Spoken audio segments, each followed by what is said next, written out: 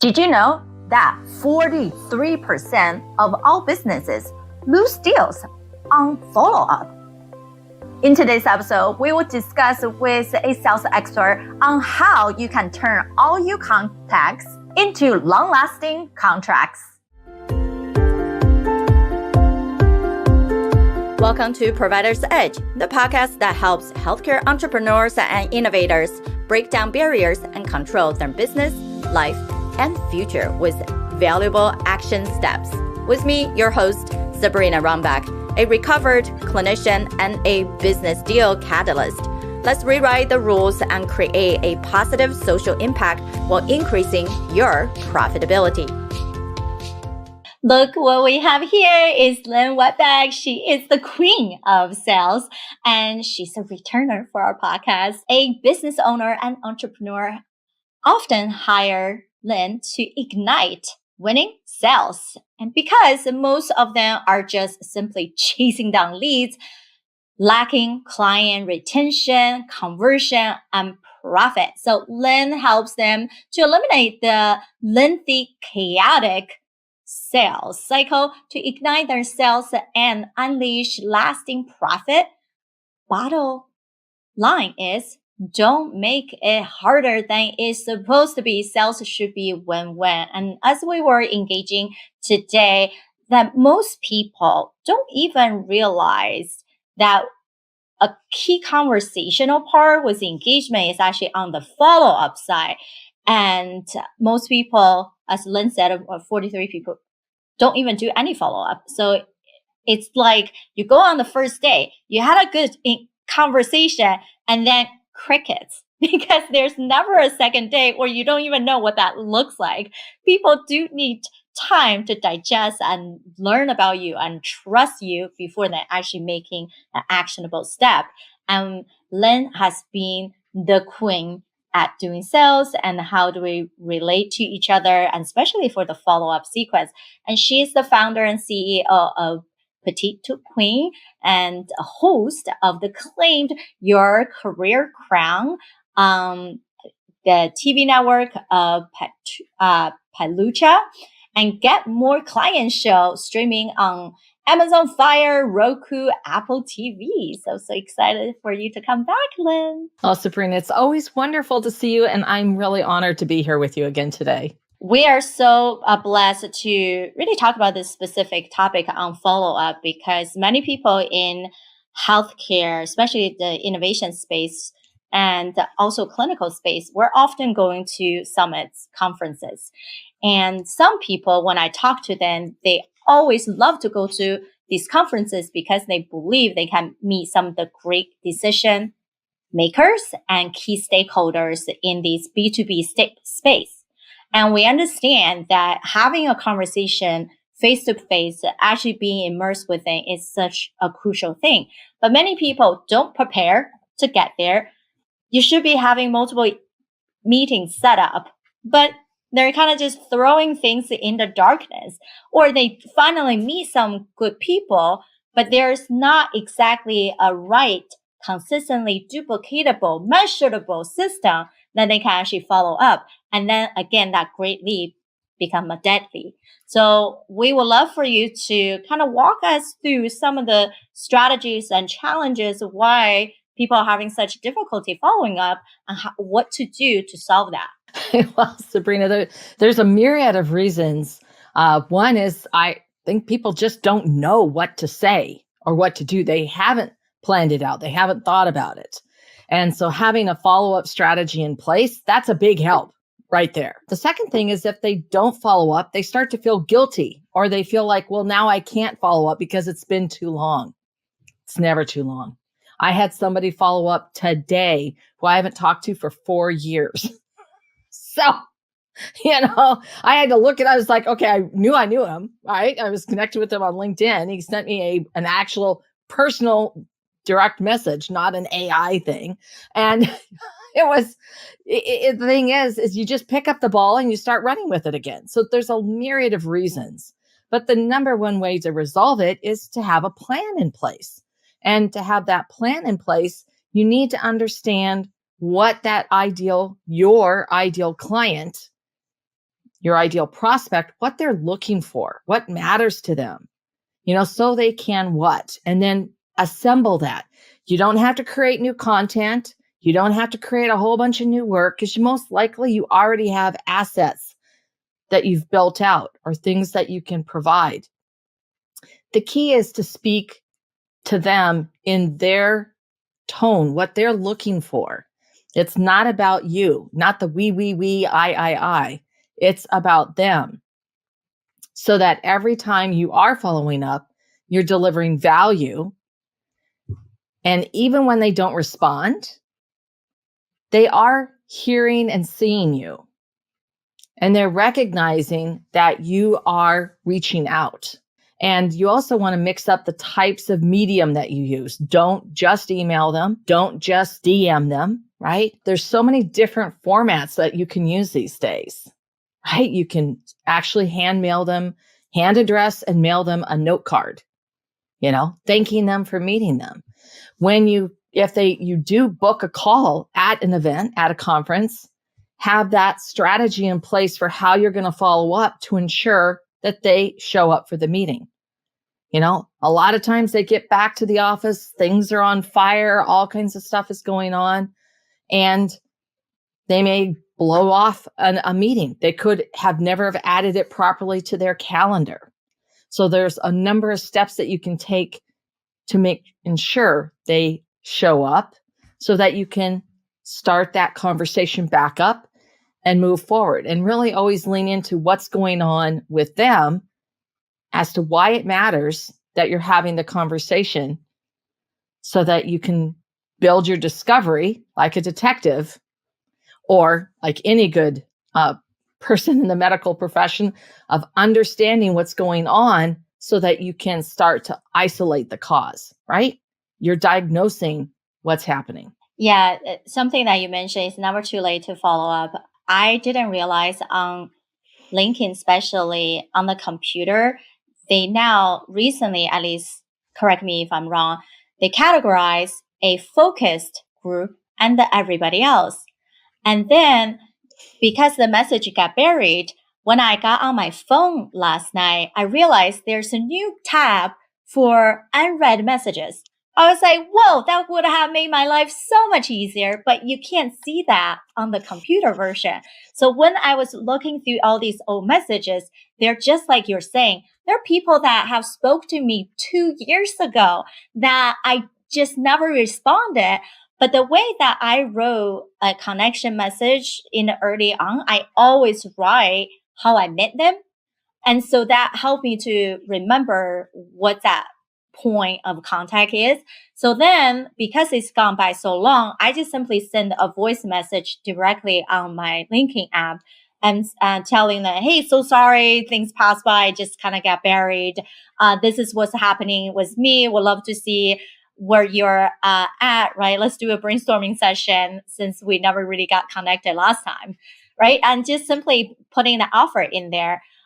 And don't feel bad that it's been so long and I just never done it. What other strategy have you seen, which you mentioned, be able to build out multiple method, right? You can do the LinkedIn personal message. You can send them a card. You can send email, and LinkedIn really can actually verify that email for you, for their profile. You can perhaps even find out their company. And I know many of us don't really give out addresses anymore, right? But you can find their company's address, right, to send a card. But you also recently ran a special training session focusing on the follow-up strategy. Can you walk us through some of those key points that you taught? Yeah, I mean, it was a 7-step process for the workshop. And the first thing for any type of sales activity is you need to understand your ideal client. What's their why? Why are you even talking to them? Why are they want to talk to you? What do they want, need, or lack? Why does it matter to them? What problem does it solve? What area of concern does it address? So they can what? What's the goal? What's the initiative? What's the dream that they want to achieve? because that's what people buy. People buy that goal, that initiative, that dream. And so you've got to really have that firmly framed. And then you really want to build out that ideal client persona so that you understand what's their normal day like. What are the things that just bug the heck out of them? What are the things that keep them up late at night? What are monetizable pain points? Those are big motivators. You really want to look into that. How are they feeling? How do they feel about these different things? What are the emotions and motivations that really wrap around them on a daily basis? And when you put this ideal client avatar and their persona together, which you may have multiple ones, you could sell into different types of organizations or departments or different specialties. You're going to want to create one that's unique, because someone who's in physical therapy is not the same as somebody who's an orthopedic surgeon.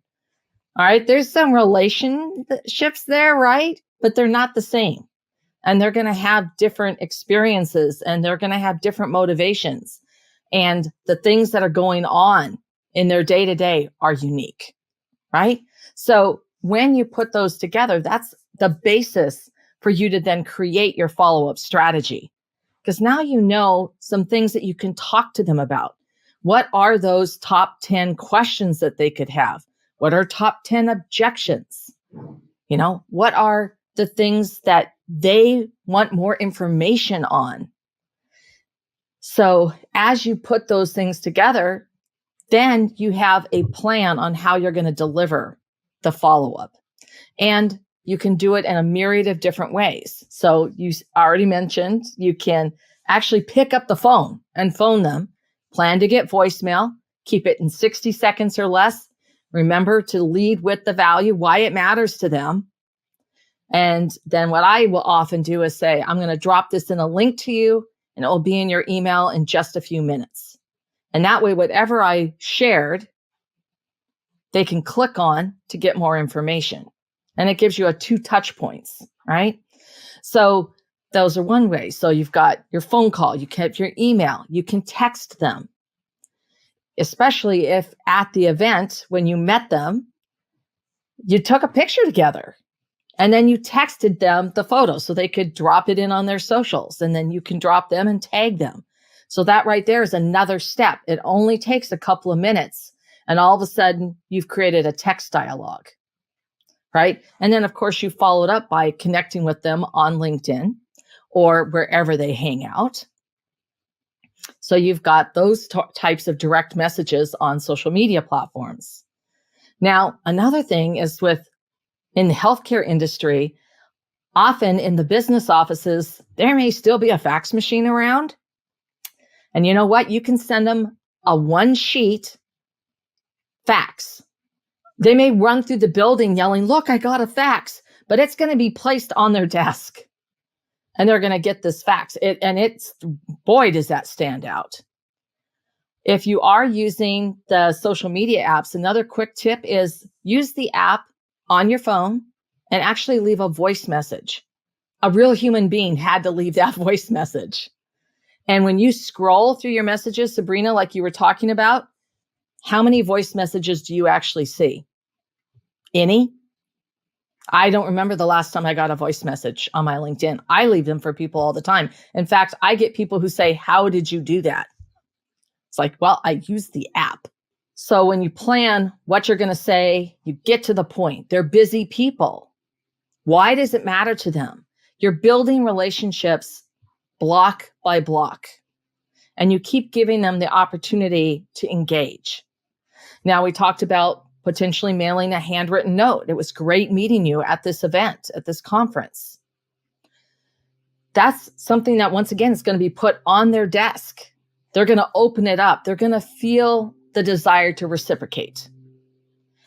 You may be able to send some kind of small token. And once again, there doesn't have to be a lot of money involved or anything else, but you can have that plan in place. So that also, if you're working with an organization, there's often limits as to what kind of, gift that they can receive, like a monetizable value. But there's all kinds of things that you could actually put in a box. And once again, it gets on their desk. that they're going to open. That makes sense. That's tied to what you do. And all of these things come into play, and you mix and match, and then you create multiple steps so that you're the person who's front of mind. It's just about being creative at the end of the day. Don't do the routine thing, the easiest thing. You do have to have some automation set up just so you don't forget as a human being. And the easiest automation is the drip email campaign. But add on to the human factor, like you're saying, Lynn, from the voice messages. And some other people, you can send voice pipe, right? Or you send it in this format, and they listen to it, they can reply to you right away, right? So if it's something you cannot send on LinkedIn and you added that type of thing on an email, and that's pretty cool. Now you just have to generate a bunch of them for different people, and it's tailored again to their problem. So what I'm hearing is, if you become very intentional doing the individual conversation, you have that person understanding their challenges, their pains, their desire, or do pretty well. Like what we usually do is in-depth research on the general public of this niche subset. What would be their things that kept them up at night, and then do these list topics, and then you're creating content, and then you can say, hey, we just wrote about XYZ, thought you might be interested, here's the link. And the strategy, Lynn, you're mentioning is leave them a voicemail, a text message about it, and then send them the link, and not just send an email that sometimes can get into the spam box. Right. I mean, there's so many different techniques that you can utilize. Another thing to keep in mind is to be infotaining, meaning providing information and entertainment at the same time. And you can do that a lot of different ways. So recently, when I was on my TV show, I was doing a comparison with the movie Groundhog Day. If you've ever seen that with Bill Murray, and you will recall Ned Ryerson, who comes up and hard pitches insurance to Phil. His character was Phil, Bill Murray's character, who hasn't seen him since high school. Well, nobody likes being sold to, right? And so that's the same thing. Nobody wants you just to hard pitch them. They want to, reconnect. They want a human to human connection. You also want to find out, are they the right fit for me? Are they someone that I can help and serve, that I can create impact? As you do that discovery, and if they're not the right fit, then you're going to make an introduction or a referral, make sure you maintain that connection, but they're not someone that you're going to keep pursuing for a sale when they honestly don't need or want what you do. So it's a great way when you're building those steps and you're going through that connection, that it also helps you to identify and to discover, are they a good fit? Can I truly help and serve them? Does this make sense? Exactly. It's at the end of the day, no matter what, is interviewing each other, right? They have to match your energy, how you work with people, because I always talk about the 6 levels of freedom. And one of them is freedom of people. Means if they are good people to work with, they're super dry. And while you have this great energy, bubbly, you're so open to ideas, and they're so stuck in their own way, then no matter what you say, they're gonna not adapt your advice. So those people need to be booted out and not feeling like trying to convince them, right? And so sometimes even my own partners has to tell me, Sabrina, you often see potential in other people. They can't see it themselves. So you can't just save them. And some of them need to just to let go, right? And that goes both from prospect and our current client. If they're not really going to put in the work and get to the place they need to be, and they're making excuses for themselves, it's really not a good relationship to be in, professionally or personally, for that matter. Yeah, no, it can be definitely a challenge to match that. And you do have to have and work with someone who, wants and needs what you offer, and that they can make that transformation, because that's what it's all about. It's a transformational arc. Whether you're recovering from a surgery, or you're getting physical therapy, as I mentioned earlier, or, you're selling pies out of your bakery, whatever it happens to be. That's what matters, and how you connect with people. Right. Now, when we're thinking about customization, it takes a lot more work, time, and energy. So some people it's like, oh, that's why my sales cycle is so long, right? So what could you say would be the better strategy to make sure that the follow-up strategy is there, but it doesn't take so much individual labor to do to make sure we actually get to the right people and continue to follow up with them? I'm going to say that that's a catch-22 question, because it is also based on the size of the sale. If this is, a 5, 6, 7-figure sale, well, of course, there's going to have to be a different level of customization involved, because that's that personal attention to build the relationship, to build the rapport, to move them forward. However, when you put a framework together, that's what I worked on with the people in the workshop. It was about getting it done, actually building up their follow-up workshop, their framework. So the framework that they needed. And when you have that framework in place, even if it's not exactly what you need, you've built out templates, you've built out scripts, you've built out, the assets that you can use, and you've built out your persona so that you've identified them. And as you have conversations, you're adding to that persona for that individual about things that matter to them, that really struck a chord, or things that caused a trigger reaction. So okay, that's a trigger. You don't want to repeat that, right? And all the way through, have you discovered anything that reveals that they're not a good fit? So, because it's also for you, so that you can be really effective and create that impact. So as you're doing that, then when you are at that stage, you can say, I've got A, B, or C to choose from. I'm going to choose B, and I'm just going to tweak it. And 5 minutes later, you're done. If not 2 minutes later, it's that fast. Even if you're leaving a voice message, you know what you're going to say. You can say it, and then you can send the email that links to the piece of value that you had recommended in the voicemail. So it's really quick and easy, and it just requires you to pre-plan. And I want you to think about this. I think there's a very famous quote that when you pre-plan things, that you save yourself like 1,000% of the time. And that's the truth. And that's how you can be more effective and efficient. And in fact, you start to get to learn, oh yeah, I'm right here. This is what they need.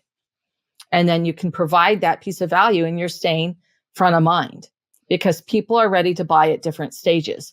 And at one point, it just hits a chord and they realize, I need to take action. I need to get started. Oh yeah, it's preparedness, creating a framework with templates. Then you just simply insert, oh, they said this problem. So that means under your message, your template could say something like, oh, last time we talk about, you really want an ABC, right? And that thing can be simply inserted. And with all the CRM system, you can create a customer field and then get automatically pulled in that way, right? So definitely there are ways that we can make our life easier, but without the framework, then we're just really throwing spaghetti on the wall and then have no measurable steps. So I'm sure, Len, did you have that workshop recorded that other people can go to, can purchase from you? If so, we'll definitely include that link in the show note. Yeah, no, my workshops are all delivered live. So they're paid workshops. They are recorded, but only for the participants. And the goal is to actually get work done. That's why it's a workshop. In the workshop, so I teach, train, we do the exercises. I'm in and out of all the breakout rooms helping people. And, they accomplish a lot during those.